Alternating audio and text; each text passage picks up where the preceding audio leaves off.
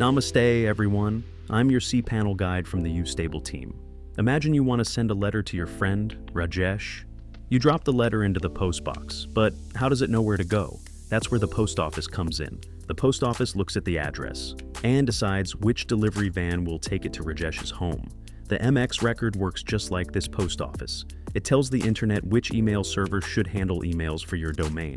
So if someone sends an email to Rajesh at YouStable.com, the MX record says, "Hey, deliver this email to Rajesh's mail server."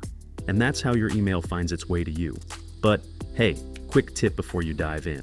If you want a hosting provider where managing things like MX records, emails, domains, SSL, and speed is effortless, let me share what I personally use. YouStable. Whether it's your first website or a full-blown business, YouStable makes hosting super simple, even if you're a total beginner. Let's dive in today's video. MX record, or a mail exchanger record, specifies a mail server responsible for accepting email messages.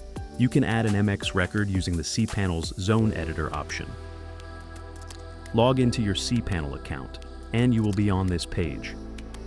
Go to the Domains section and click the Zone Editor. Click the plus MX record button provided in front of the domain name to add an MX record. MX record for mail routing should have the lowest preference number, entry priority 0.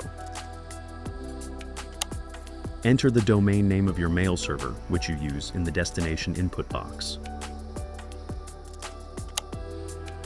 Now click the Add an MX record button.